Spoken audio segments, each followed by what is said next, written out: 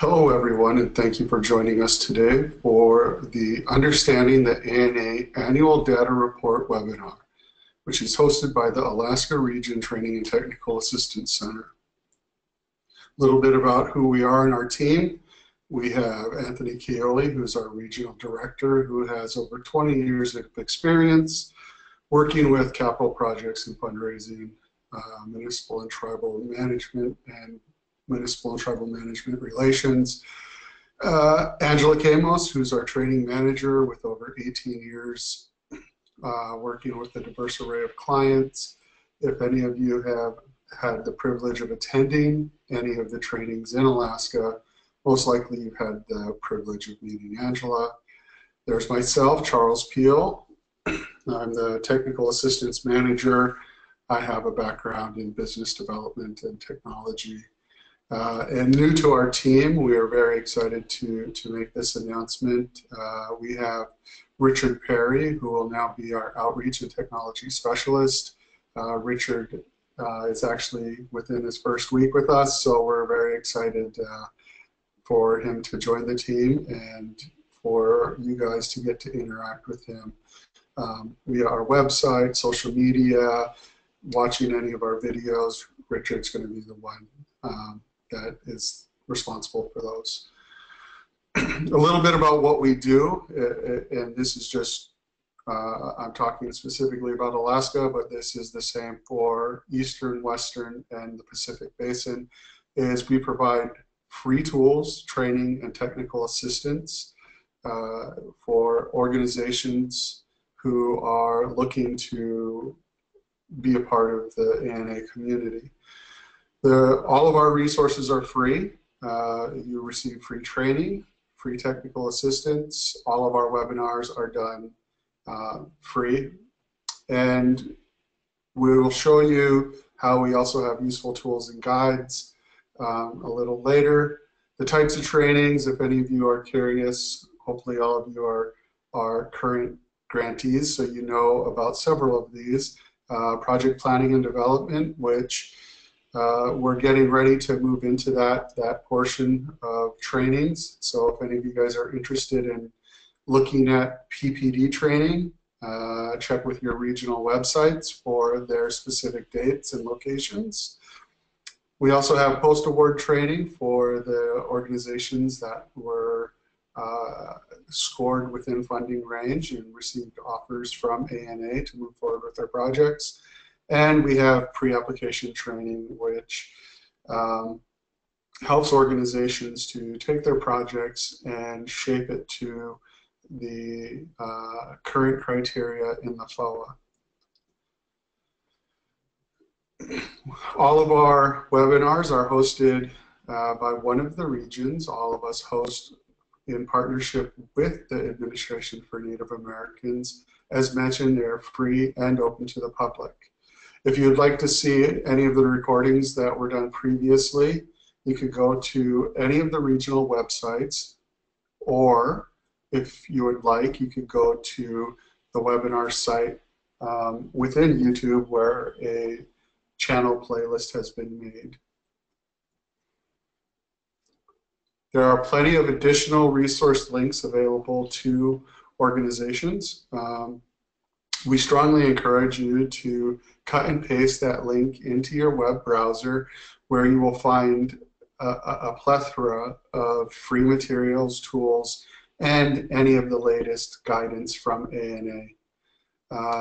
We support areas of social and economic development, language preservation and maintenance, and the environmental regulatory enhancement. ANA serves all Native Americans, Native Hawaiians, and Pacific Islanders in the promotion of self-sufficiency by providing the discretionary grant funding. And remember that your projects should be community driven. So that's a very big thing for ANA. The webinar goals for today, a lot of people have received emails or will receive emails about the annual data report, and we just wanted to kind of go over this. So we want you guys to have an understanding of what the annual data report is. You'll often hear us refer to it as the ADR. know the key important dates that is associated with your ADR, and learn who to communicate with regarding your ADR and who is there to help. Today's guest speaker is Amy Zukowski, who is an Alaska native and is currently serving as the director of the Division of Program Evaluation and Planning, also known as PEP. She's been working with ANA since 2009 in several different capacities. Impact evaluators, some of you may have known her as a program specialist, and she's a program manager. Her career has been primarily in Native American affairs, healthcare, and environmental preservation on Capitol Hill as a lobbyist and a specialist for several nonprofit organizations. This is something new that I learned about Amy, is that she graduated from the University of Maryland with a degree in government and politics, specializing in international environmental affairs. More specifically, Amy took a sabbatical to attend culinary school and cooked in a fine dining restaurant in Washington, D.C. So just a hint, if any of you guys are going to D.C. for the grantee meetings, I would definitely recommend emailing and asking for some suggestions of where to eat. And with that, I'll turn it over to Amy. Thank you, Charles. Good afternoon or good morning, everyone, depending on where you're located. Again, my name is Amy Zukowski, the director of PEP, and my team primarily analyzes data and evaluation of our projects. And then also, most importantly, we are the team that goes out and visits projects at the end for your impact evaluation at the end of your project. Again, I want to thank you for joining us to review the annual data report. First, I want to briefly touch on why data collection is important to project management, and then go over a brief history of the annual data report and how we developed it. Afterwards, we'll review different sections of the report. First off, we need to ask why data collection and project evaluation are important to project success. Data collection and project self-evaluation are important to your project success, so you know where the project is relative to accomplishing activities and achieving the project goal. Although this sounds obvious, it is an easy oversight in project management. ANA now has two tools to track projects' progress and collect project data. Not only are they requirements of your grant award, the ongoing progress report and the annual data report can be used to collect critical project data working towards project success. ANA conducted what we refer to as impact evaluations since 2006. These on-site visits occur at the end of projects. During these visits, ANA staff members use a standard survey for all visited grantees. This is a time for ANA grantees to share their successes, challenges, as well as lessons learned through the life of their project. ANA then uses this information to identify trends, areas of improvement for ANA service delivery, and grantee best practices. As part of a report's streamlining effort, ANA made the decision to split its regular required report from one large report, the Ongoing Progress Report, or OPR, into two smaller reports, the OPR and the Annual Data Report, or ADR. We also reduced the reporting requirements for the OPR from quarterly to semi-annually. Questions regarding project and budget administration and monitoring are now in the OPR, and those questions regarding other data, such as impact indicators, partnerships, and the use of self-collected data, are now in the annual data report. As I stated before, ANA uses an information collection survey when we are visiting grantees at the end of the project. As part of the streamlining process, we realized that while we are on site, we ask questions about your projects that we have not asked you to collect through the life of your project you are managing. This has led to an undue burden on some grantees, and we look to ease this in the development of the ADR. As such, ANA removed some of the quantitative questions from the on-site survey and from the OPR that are not needed to monitor project progress, and placed those in the ADR. This also serves to assist projects in tracking the number of project partners, impact indicators, and project benefits, for example.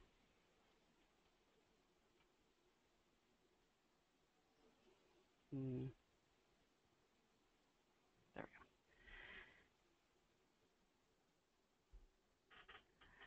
Next, I'm going to go over sections of the ADR, the functionality and its requirements.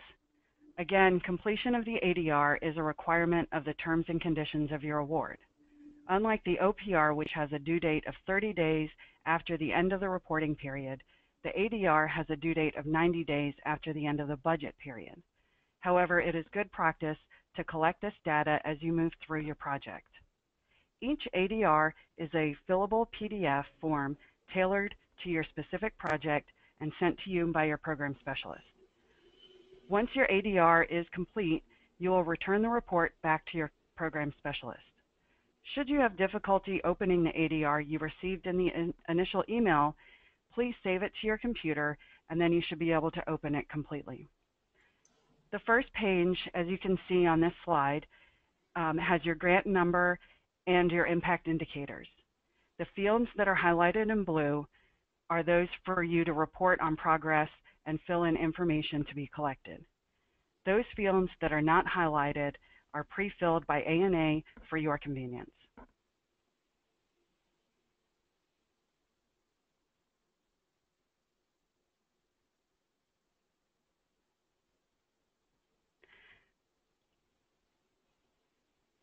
Section B asks about intergenerational activities. As you know, many of our language projects and social development projects have intergenerational activities in an attempt to bridge the generation gap. If your project does not have any activities between youth and elders, just select Not Applicable. Section C, Project Development, asks who wrote the project proposal and their relationship to the community or project itself. Again, this is an item we previously asked at the end of the project period during an on-site visit. We know some projects have staff turnover, and some staff who are on site at the end of the project may not know who wrote the original proposal. In Section D, we are looking to see what partnerships are contributing to the success of the project. As you can see, the default for many of these sections are 1. However, if you have more than one proposal writer or partnership,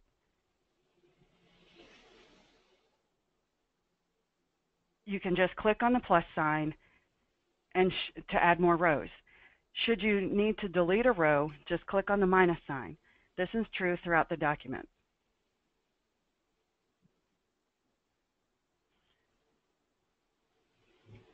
As our projects are all community-based, Section E asks to track community involvement and participation in your project.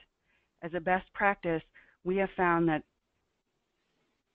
to track data on your project, so Section F asks about the usage of that data. Data fields that do not pertain to your project, please simply put NA or not applicable in that field. Section G more closely tracks project benefits. Again, these are questions ANA only asked at project end, and therefore we hope to obtain better information from projects on the actual benefits. So we are asking projects to track them on a more regular basis. Section H asks for lessons learned and promising practices, or if projects need any additional support or technical assistance provided by ANA at no charge to your project. This information is extremely helpful when ANA looks for better ways to assist future applicants or grantees. Depending on your project, there is a Section I that contains questions tailored specifically to the program area your grant falls into, such as ERE, language, SEEDS, or NABI. Also, if you are a SEEDS grantee, you will have a separate Excel spreadsheet for employment or business development data. All of these sections I just discussed are required on an annual basis.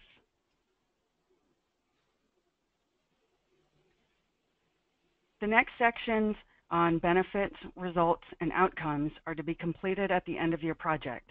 So in addition to sections A through H or I that I just reviewed, you will fill out the next sections from A through the end of the document at the end of your project. Section A asks specific questions about beneficiaries, and again, you can add rows depending on how many beneficiaries you have for your project. Section B has information in the first 2 lines that are straight from your project's OWP.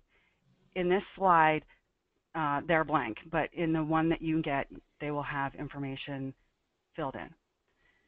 The next 2 questions asked how the overall goal was achieved and to the extent that the problem statement was addressed. Section C also looks at data collected from the project, and Section D again looks at promising practices and also the sustainability of your project, including if you have the desired funding level to maintain your project if applicable.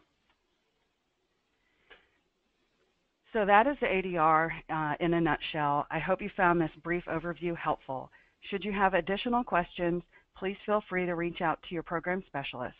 I thank you very much for your time and wish you continued success in your projects.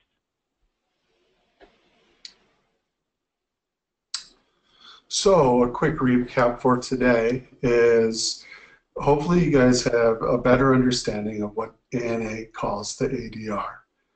Each of your guys' regional TTA centers, I will provide you with their contact information, will be able to help answer any questions if you are unable to reach your ANA program specialist. And we are constantly trying to provide better technology tools for your guys' program management. This is only one resource. Amy had also mentioned the OPR, and they also developed the Grantee Toolkit.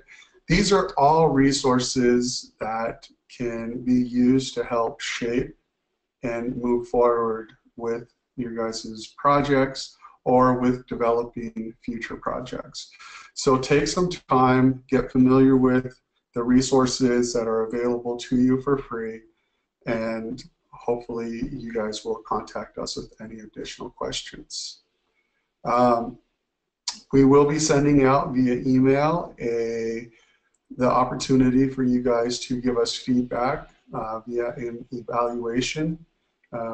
Any feedback that we receive, we greatly appreciate because it helps us to not only improve the delivery of our webinars, but it helps us to shape the content. If you guys have specific things that you would like to see ANA or any of the regional TTA centers host a topic on, please provide us that feedback and we will consider it for future webinars.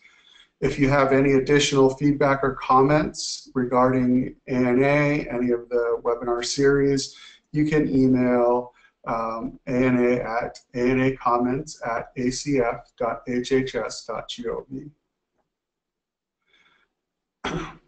And we would like to thank you for participating today. Here's a quick slide shot of all the different ways to say thank you in the many languages in Alaska. So with that, we will conclude today's webinar and look forward to hearing from you guys through the evaluation forms. Thank you.